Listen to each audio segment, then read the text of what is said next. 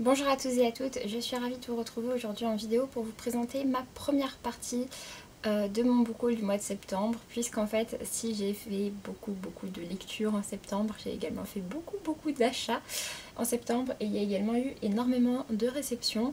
Donc voilà, du coup je vais vous séparer ça en deux parties. Dans cette première partie je vais vous présenter deux choses, à savoir tout d'abord Harry Potter et en second mes réceptions et cadeaux, et dans un deuxième book haul que je vous présenterai un petit peu plus tard sur la chaîne, vous aurez tout ce qui est mes achats. Mais voilà, on va répartir ça comme ça pour que du coup ça fasse à peu près moitié-moitié, et même avec ça j'ai à peu près 25 livres à vous présenter par vidéo, donc on va partir sans plus tarder. Du coup, on va commencer par Harry Potter et on va commencer par le cadeau Harry Potter.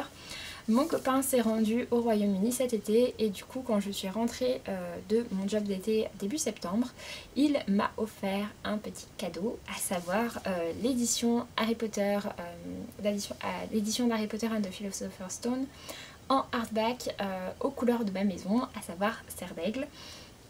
Donc voilà, c'est vraiment un très bel objet livre. Je sais pas si vous verrez grand chose parce que il fait un petit peu sombre, mais vraiment voilà, c'est un très bel objet livre. Que je suis très contente d'avoir, et donc voilà, à l'intérieur il y a du contenu exclusif qui est lié avec la maison dans laquelle on est, donc avec une présentation en l'occurrence de Rowena Ravenclaw vu que c'est la fondatrice. Oups. Donc voilà, c'est vraiment un bel objet livre que je suis contente d'avoir. C'est vrai que le contenu exclusif n'est pas énorme, c'est plus pour l'aspect extérieur de dire voici ma maison, ce qui est assez futile, mais je suis très contente de l'avoir. Et ensuite un petit objet dérivé sur lequel j'ai craqué, c'était vraiment un de ceux qui me tentait le plus dans l'univers étendu Harry Potter, puisqu'en fait c'est un Funko Fantastic Beasts et il s'agit du Funko de la demi-guise mais en version transparente. Donc voilà, je vous montre pas mes Funko habituellement en book haul ou quoi, mais vu que là j'ai fait un book haul avec une partie spéciale Harry Potter, c'était quand même l'occasion de vous le montrer. Donc voilà, la demi-guise c'est un de mes animaux préférés. Un de mes animaux fantastiques préférés, et j'aime beaucoup la version transparente. Elle existe aussi en normal, mais je trouve la version transparente très chouette, et d'autant plus vu que c'est un personnage, enfin vu que c'est un animal qui peut se rendre transparent et disparaître. Voilà. Et puis sinon je sais pas si vous allez voir quelque chose, mais voilà. En gros, en finissant mon contrat, je me suis dit j'ai envie de me faire un petit plaisir quand même, parce que j'ai résisté à ces 2 mois de travail qui n'étaient pas forcément faciles dans le resto, et du coup je me suis dit bon allez, je me fais un petit plaisir, et du coup je me suis acheté la collection des Harry Potter en Bloomsbury hardback, qui sont absolument magnifiques et que j'adore. Du coup je vais vous montrer ça rapidement. Donc pour le premier, donc Harry Potter and the Philosopher's Stone, il ressemble à ceci. Ensuite Harry Potter and the Chamber of Secrets, comme ça.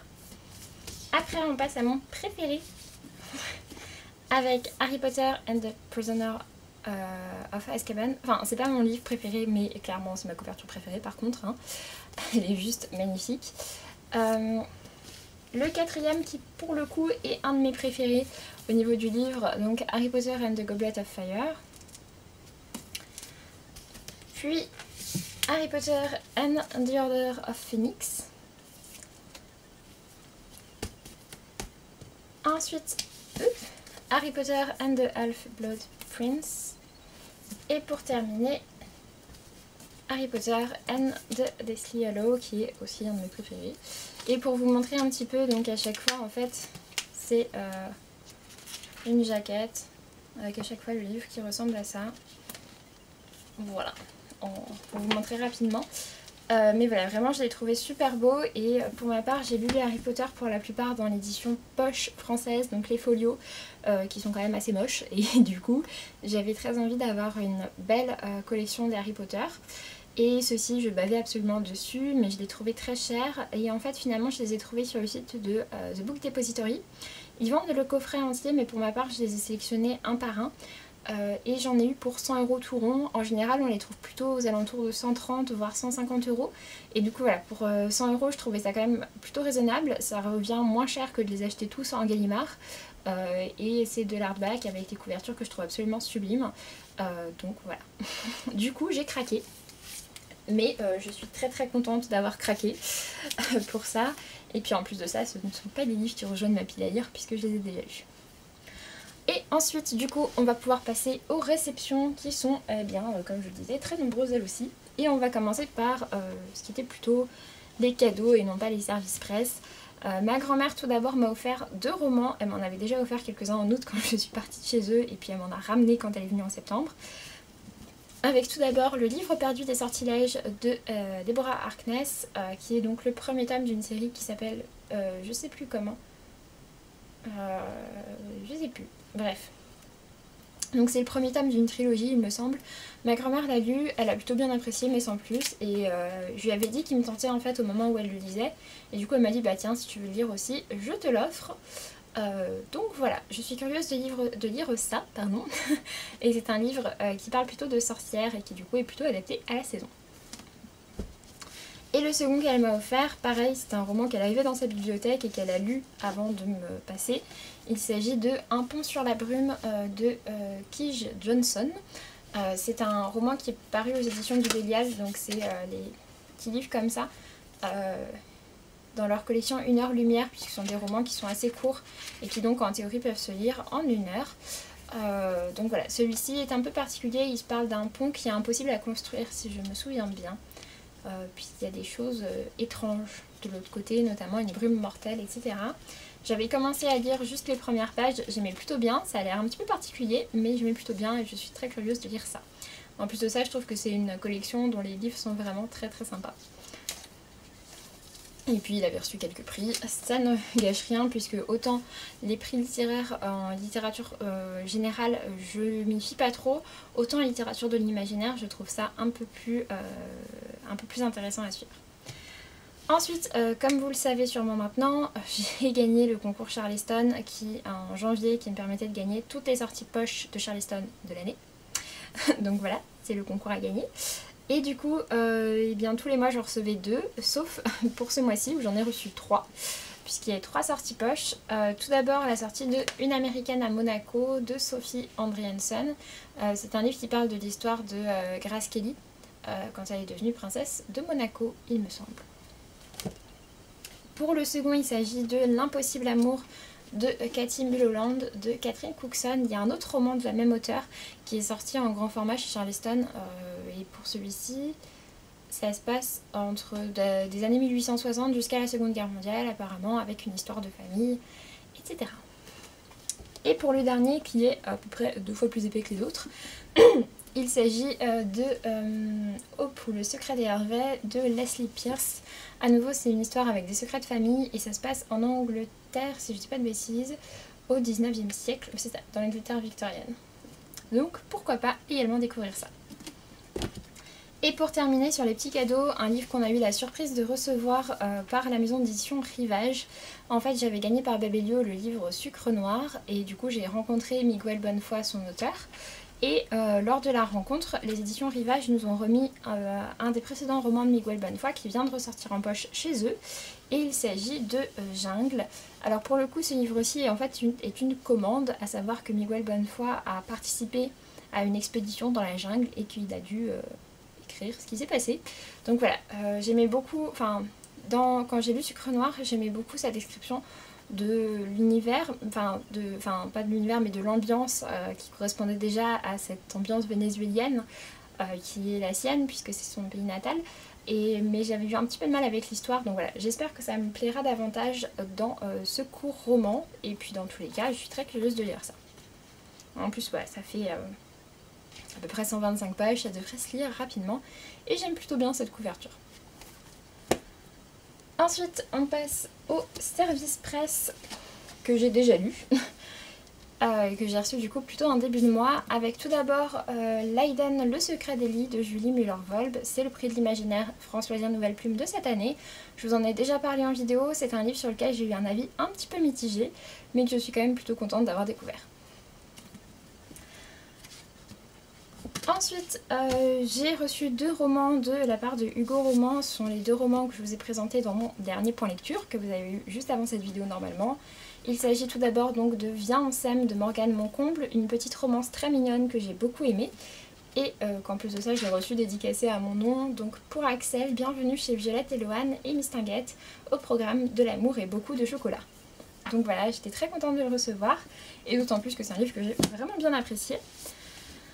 Ensuite, l'autre roman que j'ai reçu d'eux, donc c'était Les Insurgés, tome 1, Conquête de Elle Kennedy. Celui-ci, j'ai eu un avis par contre un petit peu plus mitigé, mais c'est dans le même point lecture que je vous mets en barre d'infos. Et enfin, donc plutôt à la fin du mois, j'ai reçu 3 autres services presse, donc en fait qui étaient des services presse qui n'étaient pas prévus. En fait pour les autres, voilà, c'était déjà fin août, je savais que c'était des livres que j'allais recevoir. Pour cela, ils se sont rajoutés au cours du mois, mais ce sont 3 livres que j'ai également déjà lus et dont je vous parlerai cette fois-ci dans mon prochain point lecture. Et il s'agit donc tout d'abord de Annihilation de Jeff Vandermeer, publié au livre de poche. C'est un roman qui fait pas mal parler de lui en ce moment, de par tout d'abord sa ressortie au livre de poche, et puis ensuite parce qu'il a été annoncé qu'il allait avoir un film adapté et que le premier trailer est sorti avec notamment Nathalie Portman dans le rôle principal et c'est prévu pour mars 2018 si je dis pas de bêtises. Pour celui-ci il s'agit plutôt d'un livre de science-fiction mais je vous en reparlerai plus en détail dans mon prochain point lecture et donc voilà, c'était une réception de la part du livre de poche imaginaire que je remercie. Et ensuite j'ai également reçu le fameux Lait et Miel, donc Milk and Honey de Rupicourt qui a été publié aux éditions Charleston. Celui-ci j'avais très envie de le lire, c'est un recueil de poèmes et pareil je vous en parle dans mon prochain point lecture. Et enfin pour terminer, j'ai reçu de la part de Castelmore Ma vie de bâche à poche de Nadia Hachimi. Nadia Hachimi est une auteure que j'aime beaucoup, j'ai pu lire ses 2 premiers romans, à savoir La perle et la coquille et Si la lune éclaire nos pas, que ce sont 2 livres que j'ai trouvé magnifiques qui traitent notamment de la condition de femme en Afghanistan. Et c'est également un thème qui est repris dans celui-ci, sauf que c'est un livre qui est destiné à la jeunesse à partir de 9-10 ans. Et du coup j'étais très curieuse de voir comment tout ça allait être transposé à la jeunesse et c'est plutôt un pari réussi. Mais pareil, je vous en parle dans le prochain point lecture. Mais en tout cas, je suis très contente de l'avoir reçu de la part de Castelmore. Et enfin, on va terminer avec cette fois-ci les services presse de fin de mois, qui sont en fait plutôt des sorties d'octobre ou des livres que j'ai reçus par rapport à des événements qui se passent en octobre. Pour le premier, il s'agit de L'Enfant Mouche de Philippe Paulet-Villard qui est sorti aux éditions Flammarion, il est déjà disponible. Pour celui-ci, donc c'est un roman plutôt entre contemporain historique qui se passe pendant la Seconde Guerre mondiale et on suit une enfant qui se retrouve un peu livrée à elle-même. Pour celui-ci, donc en fait c'est ma lecture en cours, j'ai dépassé la moitié et j'aime vraiment bien ce que je lis. J'étais censée rencontrer Philippe Paulet-Villard il y a quelques jours avec Babelio et c'est par eux que j'ai reçu le livre. Malheureusement je me suis retrouvée coincée à mon école et du coup j'ai pas pu y aller. Voilà. Ensuite, également de la part de Babelio et également dans le but d'une rencontre, mais qui cette fois-ci est prévue pour mi-octobre, j'ai reçu La Sublime Communauté, donc le tome 1, Les Affamés de Emmanuelle Anne, qui est publié aux éditions Actes Sud Jeunesse. Actes Sud publie assez rarement des dystopies et c'est pour ça que ça m'a intriguée de voir ce que donnait celle-ci et qu'est-ce qu'elle avait de plus pour faire qu'elle soit publiée. Donc voilà, je suis très curieuse de lire ça, j'ai pas trop lu de quoi ça parlait, mais en gros c'est une dystopie, un roman post-apo adolescent. Ensuite, j'ai reçu de la part de la maison d'édition Rivage et de ma copine Clélia qui y travaille, j'ai reçu le roman La rumeur des rives de Dominique Deblaine. Et pour celui-ci, c'est un roman dont je ne sais pas grand chose, enfin je le sais un petit peu puisque j'ai accepté le partenariat, mais en gros c'est un roman qui se passe dans une ambiance assez caribéenne avec une femme d'entreprise, il me semble, qui se retrouve à la tête d'un bateau et assez éloignée de tout. Et donc c'est un roman qui est très court et normalement il y a une rencontre qui est prévue avec l'auteur pour les prochains jours. Donc voilà, il faudrait que je le lise assez rapidement. Du coup vous en entendrez parler assez vite. Et enfin pour terminer, j'ai reçu 2 romans de la part de Hugo Roman à nouveau, qui cette fois-ci sont des parutions pour le mois d'octobre. Donc tout d'abord j'ai reçu le tome 1 de Adopted Love de Gaïa Alexia, donc en poche, donc chez Hugo Poche, mais c'est un exclusif Hugo Poche, et donc c'est une histoire d'amour avec un homme tatoué et assez assez bad boy, assez écorché par la vie. Je suis curieuse de voir ce que ça va donner. Pareil, c'est un roman un peu comme pour Viens on s'aime. C'est une auteure française et j'ai vu un peu son parcours pour devenir auteur publié sur Instagram et ça m'avait donné très envie. Je trouvais que l'auteur avait l'air très sympa et celui-ci c'était publié chez Fictia à la base. Donc voilà, celui-ci sera lu assez prochainement et il est prévu pour le 12 octobre. Et pour le second, c'est pour une sortie pour le 5 octobre, donc plus proche. Il s'agit du tome 2 des Insurgés que je vous ai présenté juste avant, donc le tome 2 Addiction de Elle Kennedy. Et donc pour le coup, à nouveau, c'est de la dystopie romantique. Donc voilà, sur ce j'en ai fini avec ce book haul, j'espère que ça vous aura plu, que certains de ces livres vous tentent. Si vous avez lu certains de ces livres, n'hésitez pas à me donner votre avis. Et puis donc après je vous retrouve prochainement pour vous présenter la deuxième partie de ce book haul avec mes achats et vous allez voir que j'ai un petit peu craqué mon slip. Donc voilà. Sur ce j'en ai fini, j'espère que ça vous aura plu. Si c'est le cas, n'hésitez pas à me laisser un petit pouce en l'air, un petit commentaire ou eh bien, à vous abonner si ce n'est pas encore fait. Sur ce je vous laisse et je vous dis à très bientôt et j'espère que vous passez de beaux moments entre les pages des livres. Salut!